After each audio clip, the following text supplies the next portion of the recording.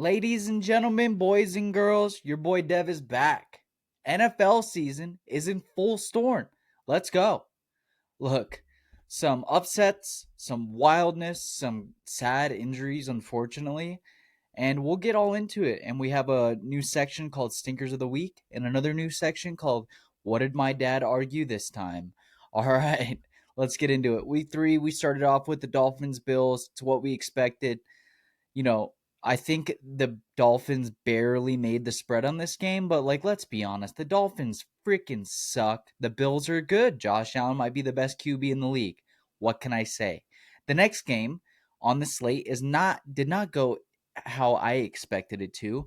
Carson mother freaking Wentz. Look, I am a die-hard Eagles fan. Die-hard Eagles fan. So I had to watch the Carson Wentz experience. Granted, it was probably at the peak of his career, but still, it's either he might be the best QB ever or this guy doesn't even know what he's doing. There's no in between. It's either sprains both ankles on one play trying to do it all himself or almost wins an MVP and almost takes the Eagles to the Super Bowl. So luckily, you got Kevin O'Connell, who is the backup QB whisperer. If not just a QB whisperer, definitely a backup QB whisperer. They played the Bengals, who had a backup QB in as well because Joe Burrow yet again hurt. So they had Jake Browning. And look, JJ McCarthy is hurt, but kind of got benched. And this was just a weird game. I didn't think it would be as high scoring, at least from one of the teams. I thought it'd be a little bit closer. I was clearly wrong. The Vikings defense is insane. Insane. They had a great rush game this year. They had a good return game for both kicks and punts in this game. I mean, Jake Browning had 141 TD and 2 interceptions. Not a good game. Carson Wentz played his ass off, 14 of 20, 173, and 2 touchdowns. But granted, he didn't really have to do much. You can take those 2 touchdowns away and probably all 173 yards, and the Vikings would have won this game. I'm curious to see what happens with JJ McCarthy. Look, the Vikings have 2 games overseas. I think one's in Ireland, one's in Germany, if I'm not mistaken. If Carson Wentz wins both games, JJ McCarthy is healthy, do you put him back in or do you just say, look, we're riding with Carson Wentz right now, we're riding with the hot hand? I don't know what's going to happen. Look, I watched Carson Wentz play way too many games for way too many years, even on the Colts. If it were me, I would just say let it ride with JJ McCarthy. Kevin O'Connell's got a really good team. I don't think that you know what you're going to get from Carson Wentz. You don't know what you're going to get from JJ yet. He could either be, unfortunately, a backup his whole career, or he could be one of the best QBs in the league. But if you don't let him ride it out, make the mistakes that he does, get the team behind him, you're never going to know. Because I don't think Kevin O'Connell's on the hot seat. So you have time to figure this out. The next game on the slate, Jaguars-Texans. The Texans suck. I made the bet last week that no 0-3 team will win the Super Bowl. Granted, out of all the 0-3 teams, I most fear the Texans being able to go to the Super Bowl. But they look like trash right now. Like absolute trash. Jaguars beat them by 7. It was a low-scoring game. But the Texans, I don't know. I mean, is it time to start questioning CJ Stroud? Did he have just one lucky special year? Or will he figure things out? I'm not sure. I like D'Amico Ryans too. I mean, I'm pretty sure he was an Eagle. My dad had his jersey. I just don't know what you do with this team. I mean, Texans are 0-3. Jaguars beat them. Keep the Jaguars from going 0-3. The next game on the slate, but let's be honest, should we start questioning CJ Stroud? Or is it just a bad year, no talent? I mean, they have Nick Chubb on the team, who was probably the best running back in the league, fantasy-wise, prior to. Colts-Titans. Colts absolutely demolished them. Danny Dimes, Brian Dable, you messed up. You messed up. Because, honestly, Danny Dimes looks incredible. I mean, incredible. I'm surprised that Dable couldn't get this out of him because Daniel Jones' biggest mistake when he was a Giant was that he threw way too many interceptions, especially on pressures. He looks like when he gets pressured, it seems like he knows exactly what he's doing with the football, where he's going, where his hot routes are. Daniel Jones looks absolutely amazing, and I am so glad I got auto drafted Jonathan Taylor this year on my fantasy football team.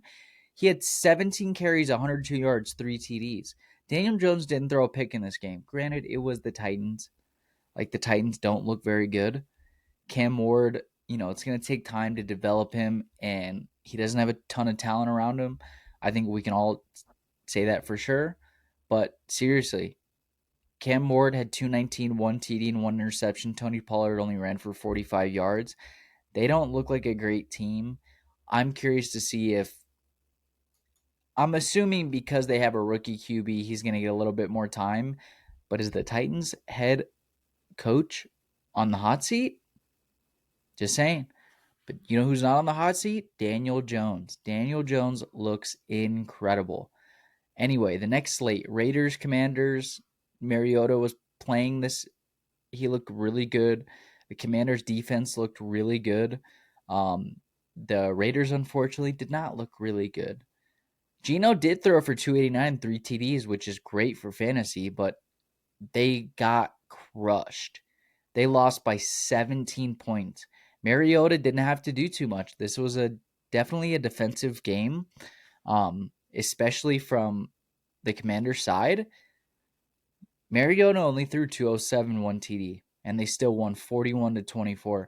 Next game on the slate, Eagles-Rams. This was the game of the week. Remember, I don't know how many of you watched this game. The Eagles look like, I think they only had like 30-something yards of total offense in the first half of the football game. They did not look good. At halftime, the Rams are up. Well, right after halftime, the Rams were up 26-7. 26-7. Let that sink in. 26-7. The Eagles are down 19 points in the third quarter. They score 14 in the third quarter. They keep the Rams from scoring again in the third quarter. And then in the fourth quarter, the Eagles scored 12 points. The Rams scored 0 points. And a lot of people lost the spread bet only because Jordan Davis had an insane field goal block, returned it for 61 yards, and was the fastest player ever recorded at 330 pounds or whatever he is. Jalen Hurts looked like trash in the first half, and this is what worries me about this Eagles offense. Look, the Eagles still look good. They're a 2-0 team. They're a 3-0 team at this point in the season.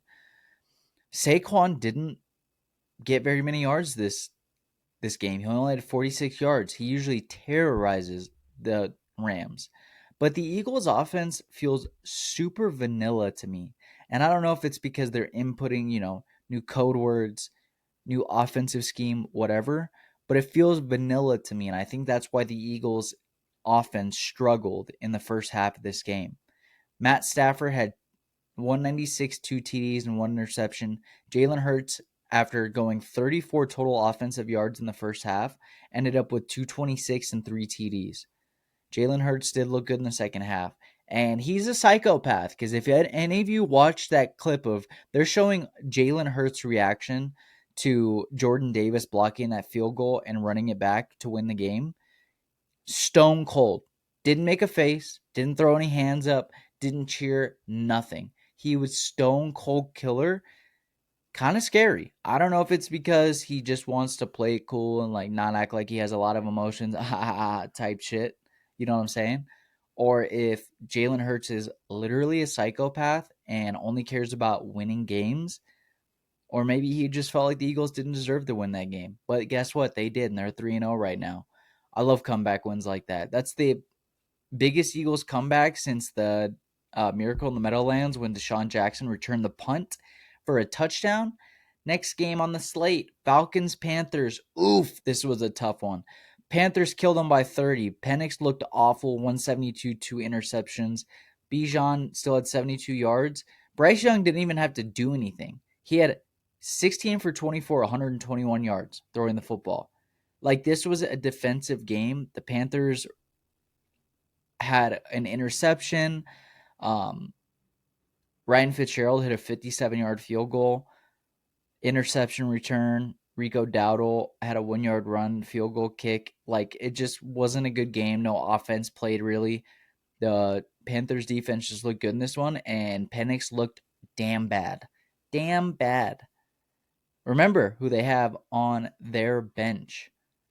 They have, what's his name?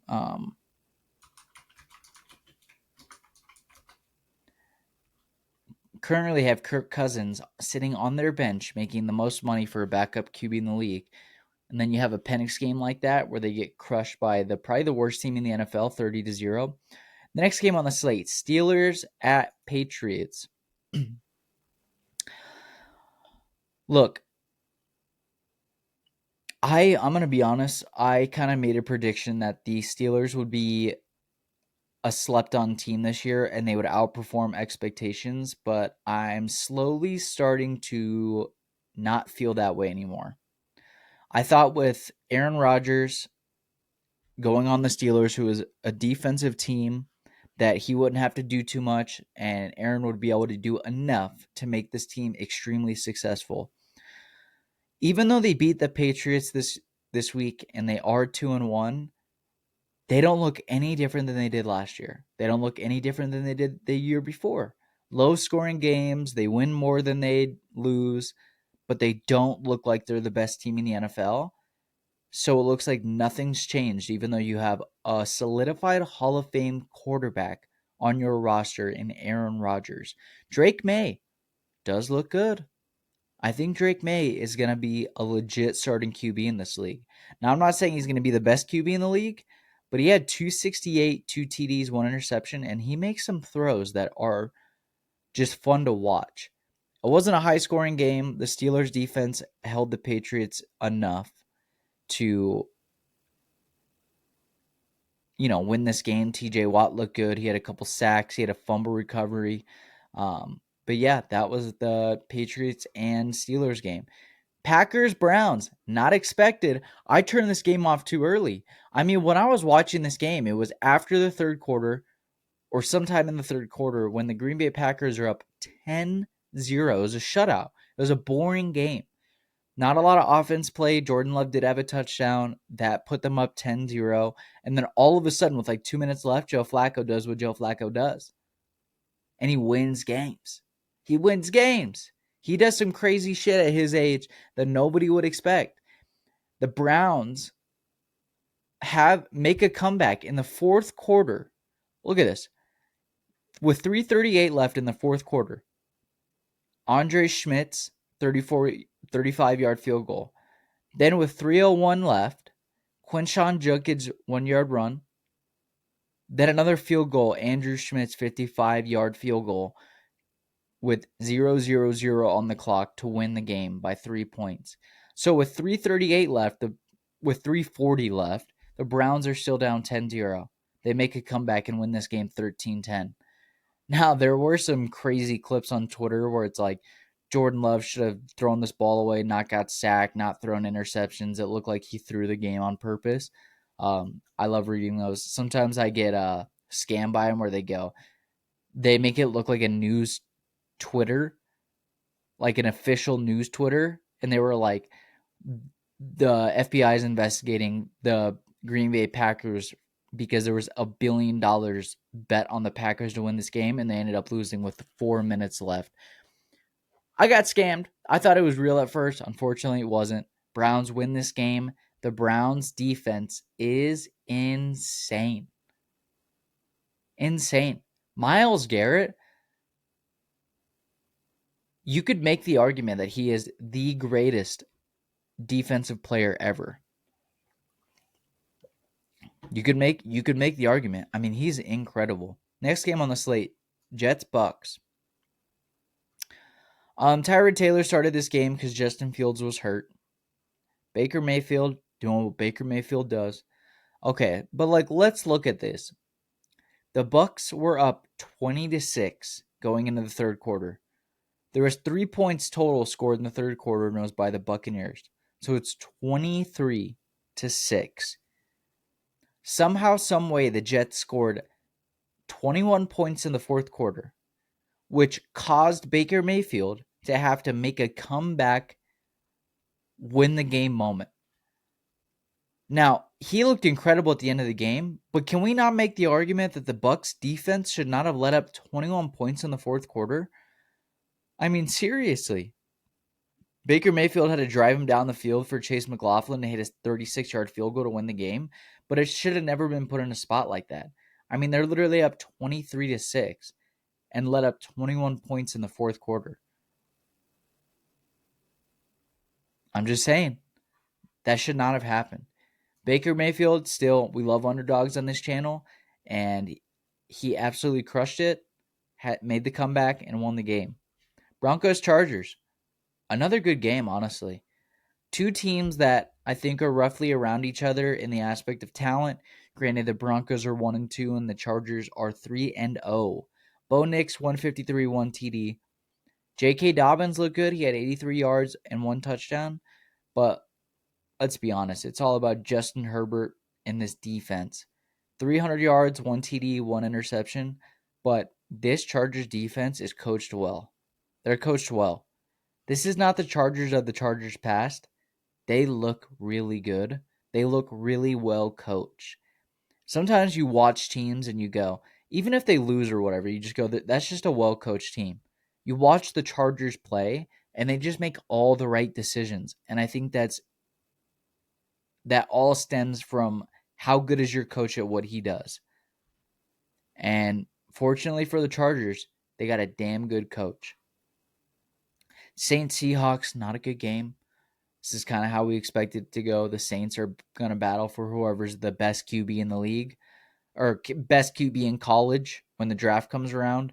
They suck. Spencer Rattler's not their answer. He had 218, 1 TD, 1 interception. Kamara doesn't look like old Kamara. Sam Darnold, 218, 2 TDs. Kenneth Walker, still confusing. He used to be an absolute must-start in fantasy, and Charbonnet kind of looks like their starter. But Jackson Smith and Jigba, 96 yards, 1 touchdown. Seahawks looked really good in this game, but they're also playing one of the worst teams in the NFL. They won 44-13. Now let's move on to this Cowboys-Bears game. Did not go how I expected it. I thought the Cowboys would win this game. Look, they lost Micah Parsons. It is what it is. It is what it is. But they just don't look the same. I mean, this Bears team going into this game was 0-2. 0-2. The Cowboys were 1-1. And the Cowboys absolutely got smoked. 31-14. Caleb Williams looked like one of the 8. Caleb Williams looked like what you expected him to be when they drafted him. 298, 4 touchdowns, no interceptions, no fumbles. DeAndre Swift sucks on the Bears. And their receiving leader was Luther Burden. He had 3 receptions, 101 yards, and 1 touchdown, but that's because Caleb Williams threw a 65-yard dart to him in the first quarter. I mean, from the very beginning, this game was over. And Brandon Aubrey, still really good. He might be the best kicker in the league. And that's not common to say when it comes to the Cowboys. Cardinals-Niners game. Purdy's out. Mac Jones is in. Christian McCaffrey playing doesn't look the same. Kyler Murray. Okay, look, there were some injuries in this game that were sad, and let's just get it over with.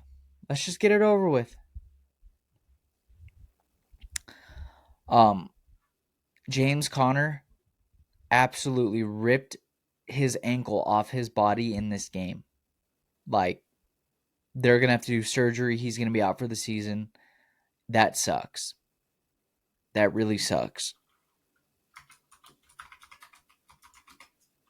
I got to look at this real quick just so I make sure I get the players right.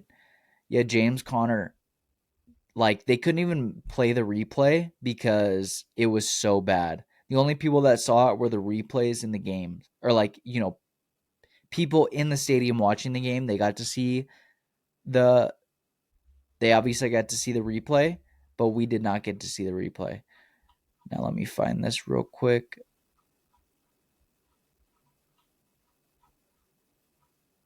Sorry, guys. I'm just scrolling right now. Okay.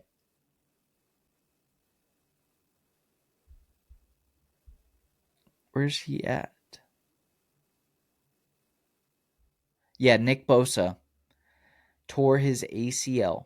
Like, didn't he? What's crazy is they said it was like the best ACL injury you could have because he tore it straight in half and didn't do any other damage to any other ligaments, which is unheard of. Usually, when you tear your ACL, you damage your MCL or even tear it too.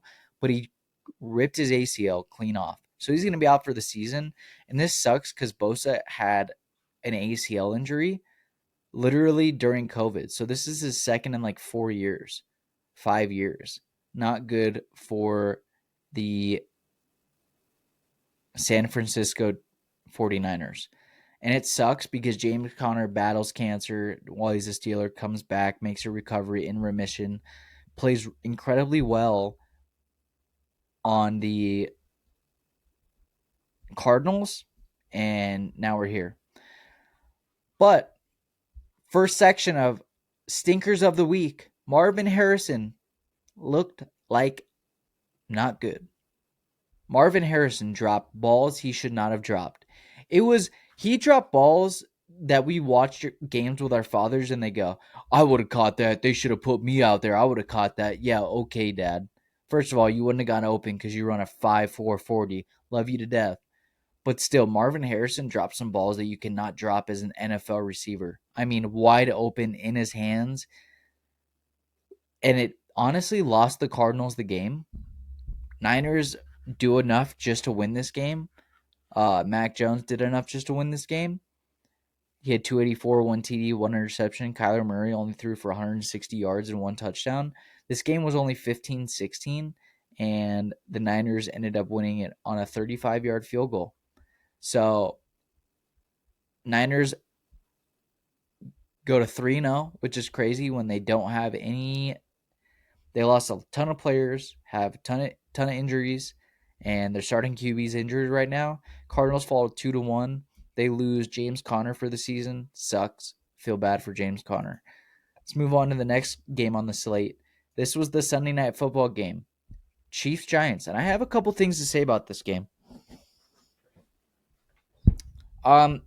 Chiefs still didn't look great even though they won. Let's be honest. The Chiefs did not look all that great even though they won. I'm just going to say it. I think many people would agree with me, but the Chiefs don't look like the Chiefs that won the Super Bowl, almost 3 times in a row. Pacheco doesn't look the same, only had 45 yards. And even more so, Kelce doesn't look like Travis Kelce the past. He used to be like automatic fantasy start, best tight end in the league. And unfortunately, they don't look like that. Granted, they won this game, but there was a moment where it looked like Travis Kelce and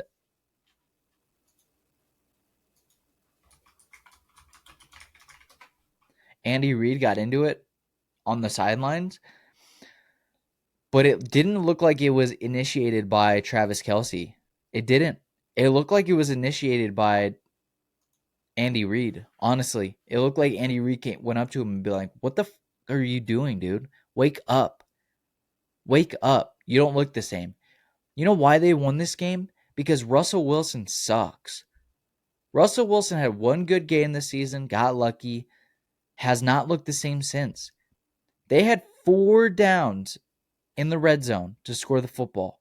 All 4 downs, he threw it outside of the back of the end zone. Didn't even give his receiver a chance on the 4th down. He just threw it out of bounds. Russell Wilson getting benched. Getting benched for Jackson Dart, which should have happened week 1. Week 1. Granted, Dable says, this was my decision. No, Dable, the only reason you did this is because you're scared you're going to lose your job if you don't play the rookie and give him time to develop. That's why. Has nothing to do with your decision. You're scared your job's on the line.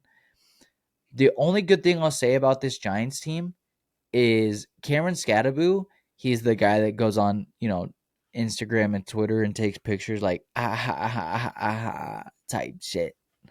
He's that guy, but he actually you could when you watch him play, it looks like he loves football. He loves football. He does. He's running dudes over. He's hustling. Like, you can just tell when somebody cares and loves what they do, and Scadaboo looks like he does. He had 10 carries, 60 yards, 6 receptions, 61 yards, and 1 touchdown. He did it all for this Giants team on Sunday night. Unfortunately, it wasn't enough to win this game because Russell Wilson sucks. The Monday night game, Ravens-Detroit Lions. Wow, this was a good game. Let's start off with the stinker of the week, Derrick Henry. Derrick Henry. Fumble, fumble, fumble, fumble, fumble. He has, like, if you look at where he's fumbled in games, first quarter it's like 4, second quarter it's 3, third quarter it's 2, and then fourth quarter it's 10. He has 10 career fourth quarter fumbles, and one of them was in this game. I think he fumbled twice or 3 times in this game. Derrick Henry, one of them was just a really good play by Aiden Hutchinson. I think most running backs would have ended up fumbling the ball there, but still, the hell are you doing? And this Lions team finally showed up and looked like the Lions team of last year. They looked unstoppable in this game. Montgomery was doing it. Then you had Jahmyr Gibbs doing it. They both scored in the game. Amon-Ra St. Brown scored in the game. Jared Goff only had to throw for 202 and 1 TD. Lamar Jackson got sacked 7 times. 7 times in this game, and Derrick Henry fumbled twice or 3 times. You're not going to win many games when you have that many turnovers, that many plays that back you up yardage. The Ravens don't look as good as we thought they would. They've lost 2 games. One was a comeback win by the Bills, and one was just an all-out Lions looked better in the game. Mark Andrews did have 91 and 2 TDs. Derrick Henry only had 50 yards and 1 TD, but still, I mean, when you're getting sacked 7 times and then you have Derrick Henry fumbling the ball, especially in the fourth quarter, not going to win many games. I think it's time to question this Ravens team on if they're as good as we think they are. Because I'm sure if you looked in the standings, they'd be pretty high up, but they're a 1-2 team. And they have the worst statistical defense so far. Like, what the are we doing, Ravens? You have all the talent in the world. You got to step it up, and Derrick Henry hold on to the damn ball. Because if you wouldn't have fumbled it, I think the Ravens could have won this game. Now, let's start with the next section of what did my dad argue this week. We're watching Monday Night Football game. He's talking shit about Lamar Jackson, saying he's selfish and he's not all that great of a QB. And I looked at him and I go, think Jared Goff is better? And he goes, my dad hit me with the as in like I already know what his answer is going to be. And I said, Dad, if you're the owner of a football team, which quarterback are you taking? And he said he would take Jared Goff over Lamar Jackson. And guess what, guys? That's what my dad tried to argue with me about this week. Who the hell would take Jared Goff over Lamar Jackson? Lamar Jackson's proved it. He's incredible. Look, if Jared Goff had the speed of Lamar Jackson, he'd be doing the same shit. Lamar Jackson's the better QB. And even if we're not talking about talent, if you're the owner of a football team, just having Lamar Jackson on your football team, even if your football team goes 0-16, makes your team money. People buy his jersey. People buy tickets to games just to see Lamar Jackson play. This guy is a walking highlight reel. And I love his hair. I do. That shit is so cool. But seriously, that's what my dad tried to argue with me about today. Or, Monday night. That Jared Goff is the better quarterback out of those two. Wrong. And I can't wait to have him on the podcast so I can argue with him about it. Now let's move on to the next slate. Week 4 games. Thursday night, Seahawks, Cardinals. Look, the Cardinals had a lot of injuries. They rarely beat the Seahawks, and they have they're getting officiated by an official who usually takes away. I think it's the way they made it sound is that whoever's officiating the game, 70% of the time, whatever team is in the Seahawks position wins that game. So 73% of the time, they're going to cover the spread and win the game. And that, unfortunately, is the Seahawks. I just think the Seahawks are on a hot streak. The Cardinals lost James Conner. I just think this is a game where the Cardinals aren't the best team. Maybe if the Cardinals came off a win against the Niners, this would be a little bit different. I just think they've lost too much. They're a little bit banged up. And the Seahawks are on a hot streak, coming off a 44 whatever win against the Saints, 44-14, I think it was, 44-13. So I just think the Seahawks are going to win this game. Vikings Steelers. This one is overseas. This one's overseas. I think it's in Ireland. You got a Carson Wentz Viking team against an Aaron Rodgers Steelers team that isn't looking all that good. Granted, their defense is picking up. TJ Watt is an animal. I just hope he stays healthy. Honestly, this is my biggest worry about this game, right? Is that I want to see JJ McCarthy do what JJ McCarthy does. But I have a feeling that somehow, some way, Carson Wentz is going to make this Vikings team 2-0 overseas. And then there's going to be a question about who they should start at quarterback. I want this Steelers team to win because I'm an Aaron Rodgers fan, but I just think this Vikings team, for some reason, I just had this feeling that this Vikings team is going to win this game. And everybody in Ireland is going to look at Carson Wentz and go, "Oh, laddie, that's my guy." I'm not a huge fan of Carson Wentz, but super white skin, red hair, he looks Irish. I have a feeling that this Vikings team is going to win that game. Commanders, Falcons, I think they're getting, if I'm not mistaken, let me look real quick. If I'm not mistaken, Jaden Daniels is going to play this week. So this is going to be a Jaden Daniels versus a Falcons team that has not looked that good. They just got blown out by the Panthers. Granted, I think it might be, I don't think it's going to be a 30-0 shutout. I think the Falcons can put points up on the board, but I do think the Commanders with Jaden Daniels is just too good of a team to lose this game. I would take the Commanders at whatever the spread is. Chargers, Giants, we get Jackson Dart. That guy's got aura. He's just kind of fun to watch. See him in preseason. He just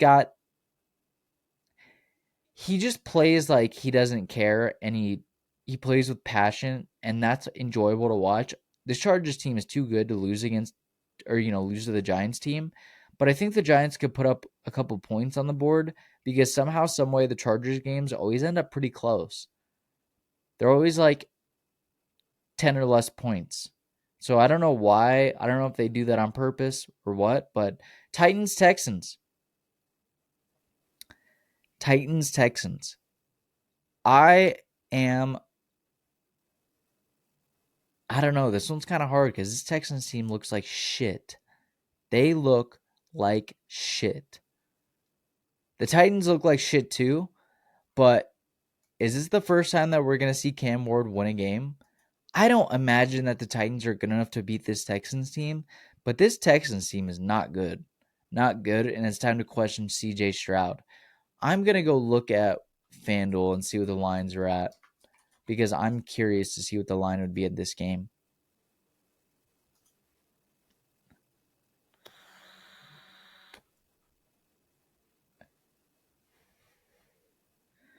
Okay, we're looking at a 7.5 point spread, 38.5 point game total.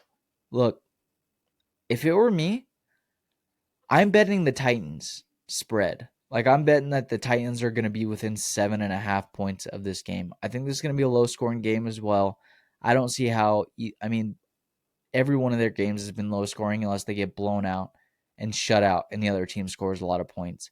I can see this game being like a 17-10 game, just kind of a snoozer, and the Texans barely squeaking one out, but the Titans falling within that spread line.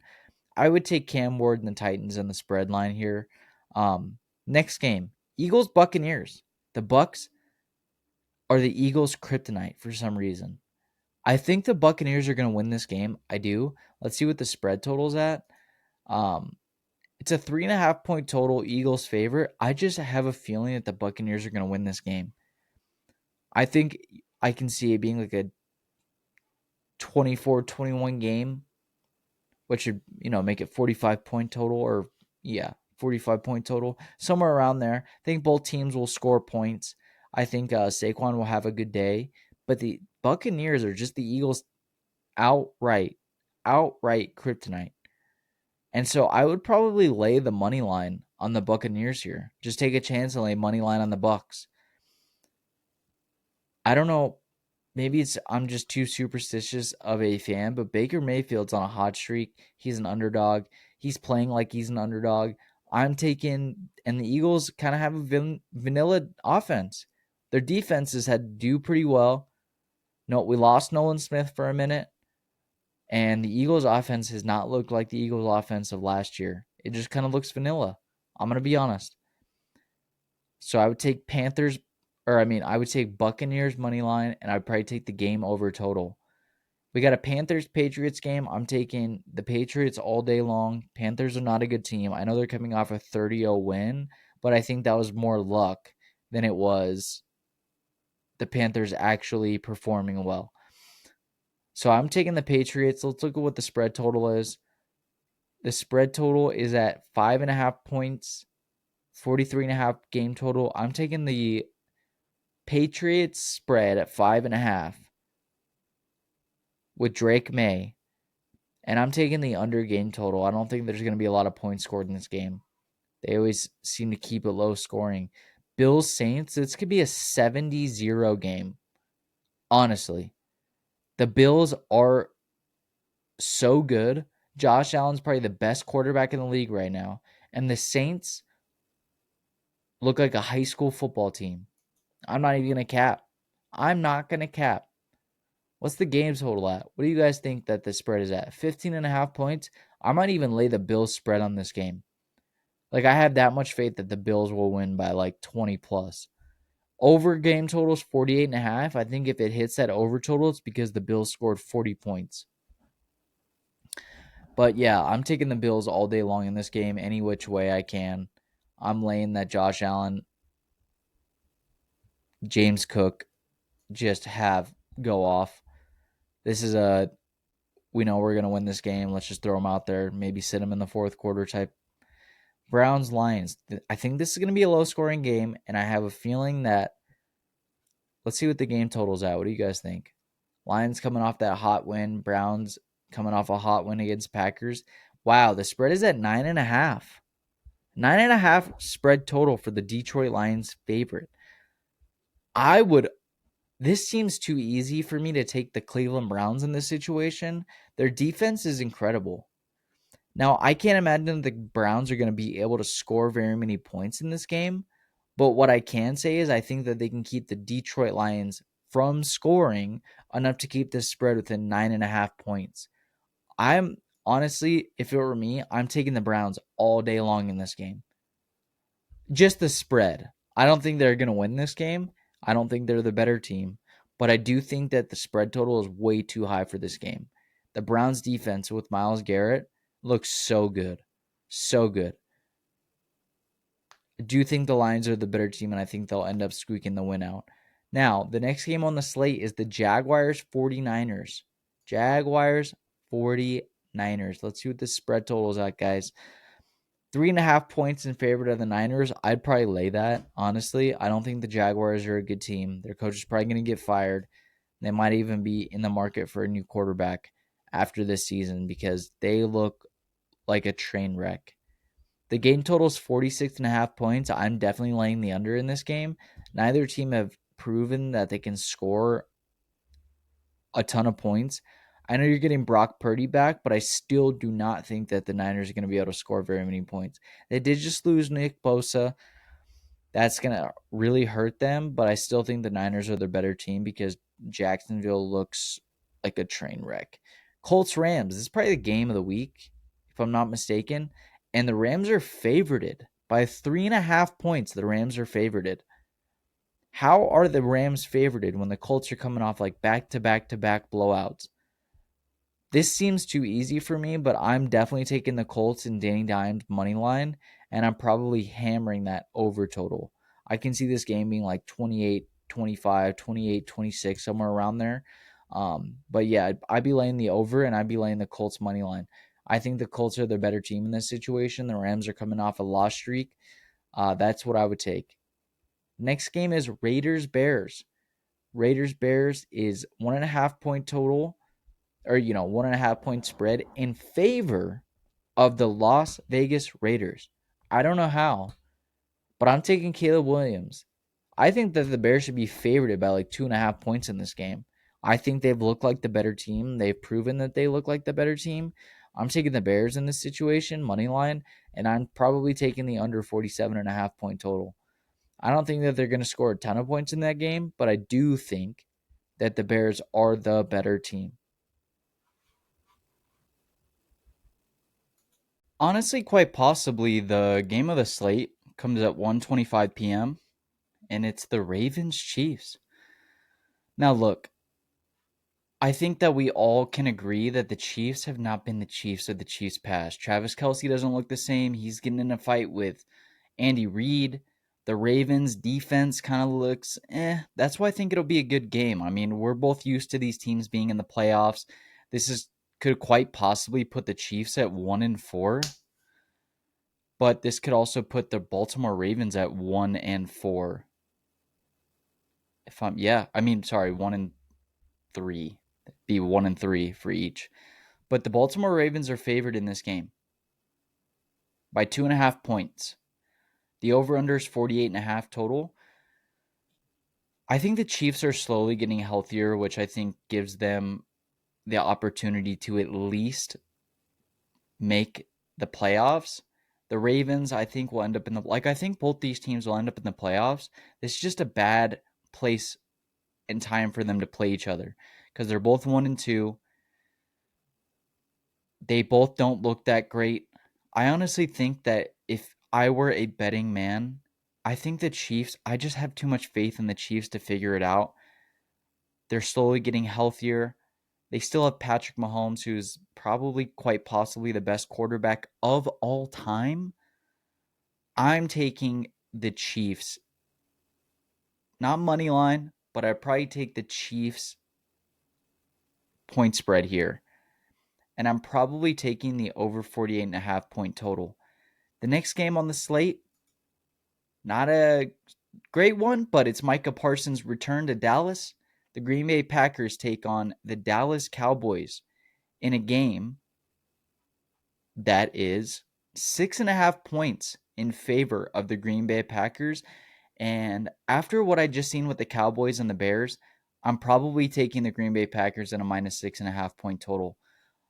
Micah Parsons is probably going to be super dominant on defense. The Dallas Cowboys defense looks atrocious without him. I'm taking the Cowboys all day. Sorry, Cowboys. I'm not taking the Cowboys all day. I'm going to take the Packers in this one. I'm going to go -6.5, under 47.5 point total. I can see this being like a Micah Parsons, oh my goodness, did he just shut out the Cowboys game? And I think it's going to happen. They're not giving him a return video, which I thought was a weird argument.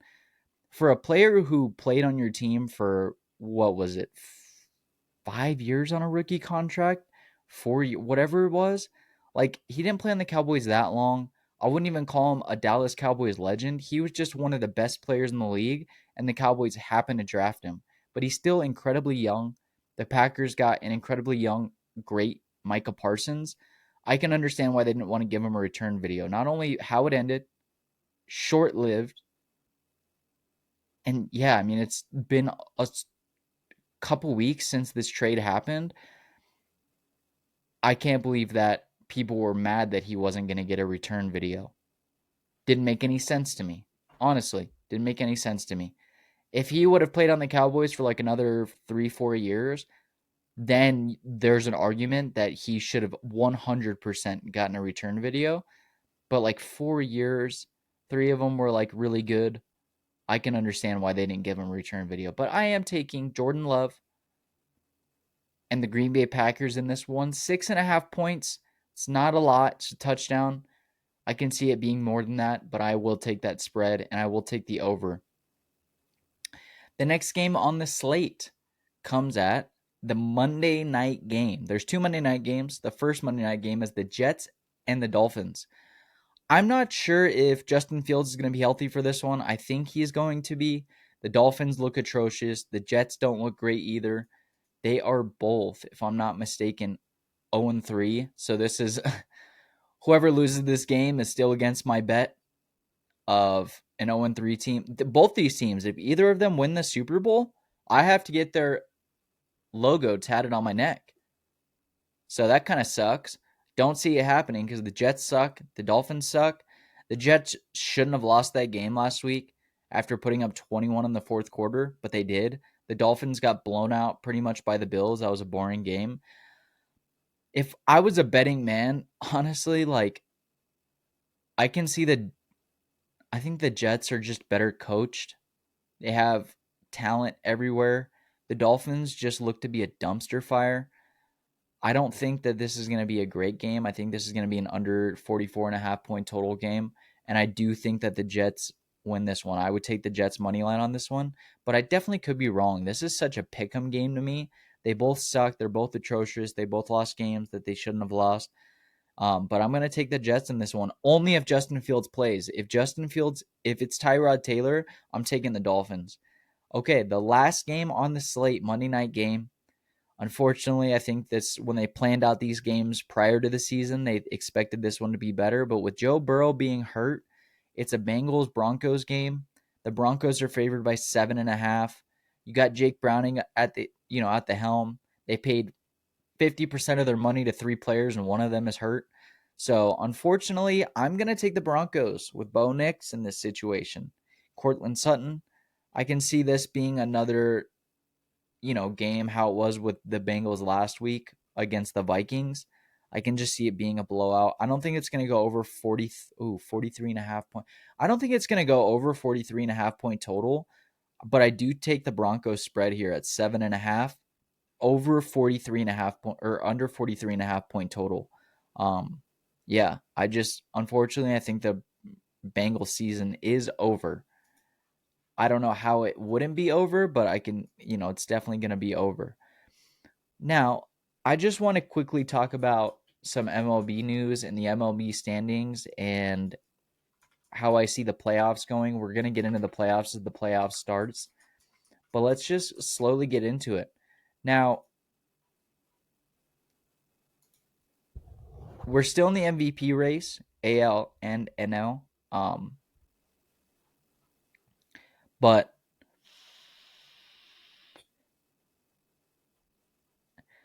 as of right now, it looks like this is how the bracket is going to be. The ALCS, first seed is the Toronto Blue Jays, second seed, Seattle Mariners, third seed, Cleveland Guardians, fourth seed, Yankees, fifth seed, Boston Red Sox. My dad's a big Boston Red Sox fan.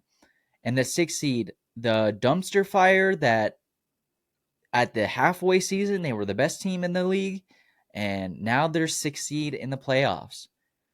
The Detroit Tigers. Told you guys, I didn't think that the Detroit could figure it out. They're just not a city that wins. I want this city to win because it's popping there.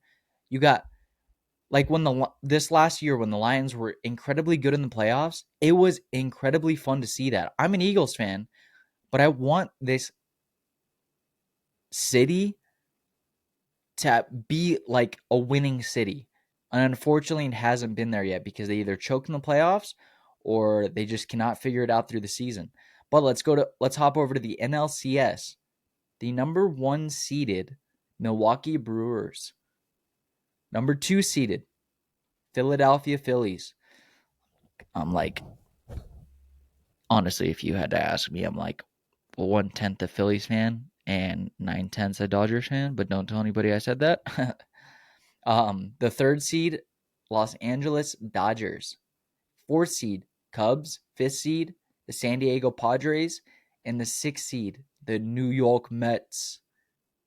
Hey, I'm walking here. But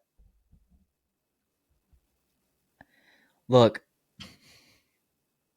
I think the best games out of the first round wild card games are the Red Sox Yankees and the Padres Cubs.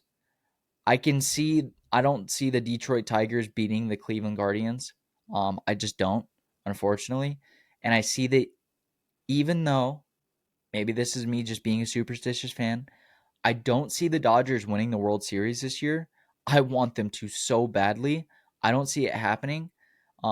They've just not shown me that they're the winning team that they have been in the past. I do think they'll beat the Mets in this wild card series, but I don't think that they'll make it all the way to the World Series. I want them to, of course I do. I want them to win. I'm a Dodgers fan. I just don't see it happening. Then that would leave the Guardians at Mariners. Ooh. Who do I see winning the Yankees Red Sox series? Damn.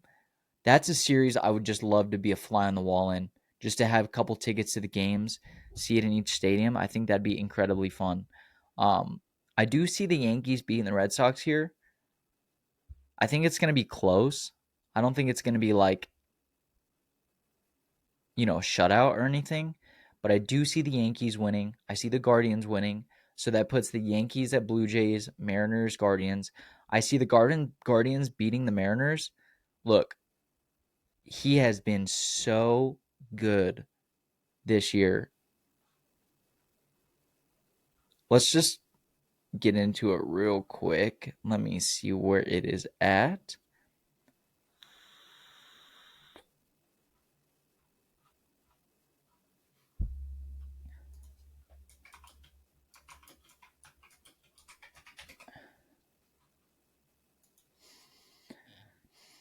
Cal, Cal has been so good for that Mariners team. And my dad was the biggest Ken Griffey Jr. fan growing up. So there were Mariners stuff in our house when I was growing up. I do see him winning. It does show that Judge is in first place for American League MVP voting. What does he have? A 326 average. He's so big, 6'7". That is insane. He has 6 homers in his past 14 games, and he's just one more long ball for his 50th. But Cal has 58 home runs this year. He could become the 7th player and first catcher to ever to reach the 60 homer plateau. Jose Ramirez is 3rd, and Bobby Wilt Jr. is 4th in MVP voting. George Springer's 5th. The National League, Shohei is in first place. He started pitching this year. I wish I would have went to that Dodgers and Diamondbacks game because I live in Arizona where he pitched for the first time. I seen a game earlier in the season, but that was before he started actually pitching in games. Kyle Schwarbs is in second place. I don't think that the National League is even close. I mean, Shohei's 36. He has 36 first place votes. Kyle Schwarber has 4. I don't think this is even close. I mean, Shohei has a 2.12 PIP or 2.12 FIP with at least 40 innings, while his 27% one strikeout minus walk rate is tied for 12th. He has allowed only 1 earned run over the past 13 and 2/3 innings. He has a 3.9% barrel rate, which is actually incredibly low. Ohtani would have a rock-solid MVP case if we just focus on his offense. He's atop the NL once again with in runs, 141, home runs, tied with Kyle Schwarber with 53, on-base percentage of 1.015, and a WRC plus of 172. That's insane. I mean, Kyle Schwarber has 53 home runs tied. RBI is 129, a WRC plus of only 152, and an FWAR of 4.7. Shohei is just that guy. Shohei might be the best athlete ever, To be able to do it both ways is insane. But to be able to do it both ways and have like MVP percentage rates is nuts. Juan Soto's third.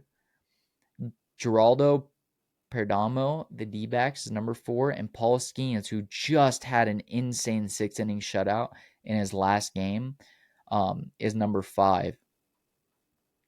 So it looks like it's going to be Shohei. The AL is where it could be more of a toss-up. Aaron Judge, as of right now, has 21 first-place votes.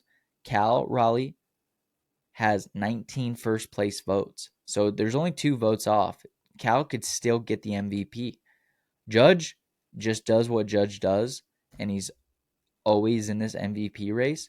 I mean, I don't think he had the greatest. He didn't start the greatest, but Aaron Judge is 6'7". He could have probably went pro in the NBA, but Aaron Judge, like, that's crazy to be 6'7".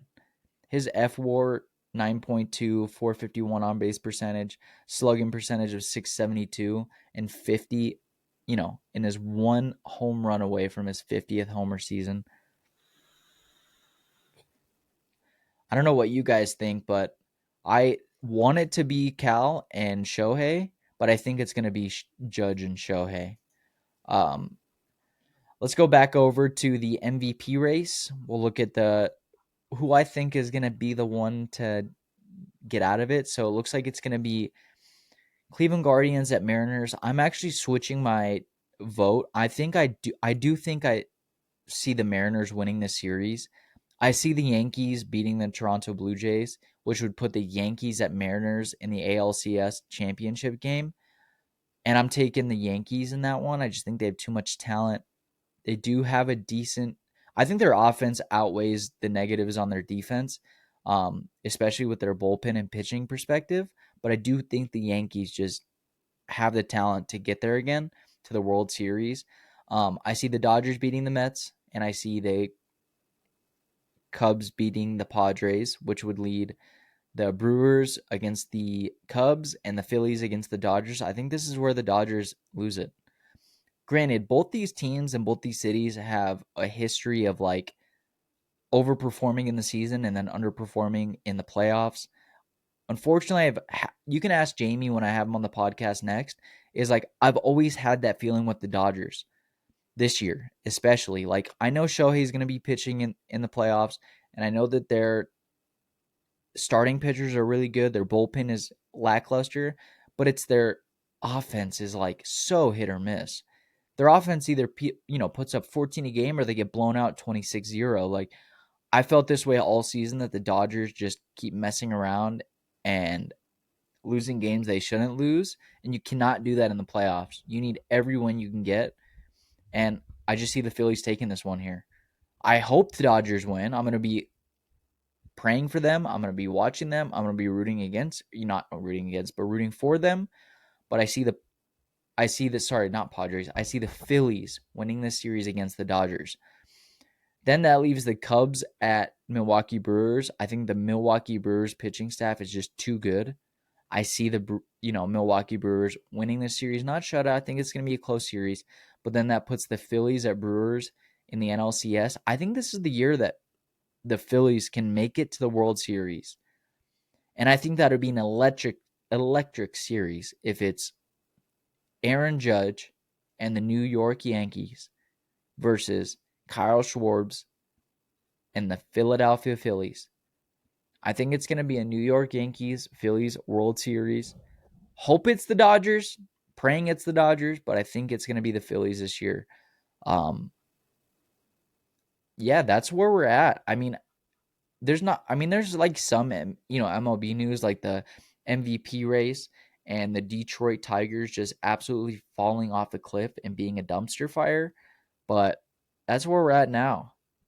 I mean, I really do think Cal should win the MVP. Unfortunately, it looks like the MVP voters are voting for Judge, which I do not understand why. I couldn't tell you why. He's got, less home runs. The Mariners are in second place in all the AL,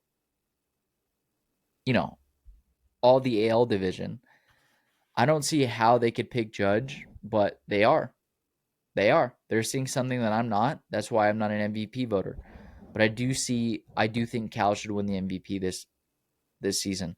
But two number one seeds that we're not used to seeing, the Brewers and the Toronto Blue Jays, they've been lights out this season, especially the back half of the season. I don't think anybody. Imagine how much money you would have won if you would have bet that the Toronto Blue Jays and the Milwaukee Brewers would be first place in the AL and NL come playoff season. You probably could have bet $10 and won like $10 to $100,000. That's insane. Nobody ever seen that coming. But Dodgers clinched fourth straight NL West title, 12th in the last 13 years. Tigers halt skid win finale versus Guardians to grab share first in AL Central. I still don't think they're going to beat the Cleveland Guardians when it comes to the playoffs. But we'll talk about it as we see the MVP races. Playoffs are going to start. I'm excited. I think that the MLB is the worst regular season out of pretty much all the professional sports, but their postseason is electric. I'm telling you, it's electric. The only one that maybe beats it is the NFL, but the MLB postseason is so much fun to watch. If you're not a baseball fan, watch it during the playoffs. I think you'll enjoy it, appreciate it just a little bit more. And it's looking like it's going to be a different one. It's not the same teams we're used to seeing. There's a possibility we could see Chicago versus New York. And I mean, we're going to see New York versus Boston in the first wild card series. But it's crazy that it could end up that the Cubs and the Mets make it all the way, and it's Chicago versus New York. But that's pretty much all the sports news to get into today. Some sad stuff, some happy stuff, some wild stuff. I appreciate you guys joining me every week, and I love doing this podcast. I'm going to do it whether I have 5 viewers or whether I have 100,000 viewers. I hope to figure out ways to make it a little bit better, not so rushed, not so like random, and eventually hopefully it'll get better over time. I think at first it was just getting used to being on camera, and now it's getting used to figuring out ways to make this podcast more enjoyable for you guys. I wish I had enough viewers to tell me the issues, the problems. I'm assuming one of the problems it's pretty much always just me, and I think you guys would rather see it with more than one person. But still, thank you guys for always being here, and check out my content on my socials, and appreciate you guys. Thank you so much, and I'll see you again next week. Peace.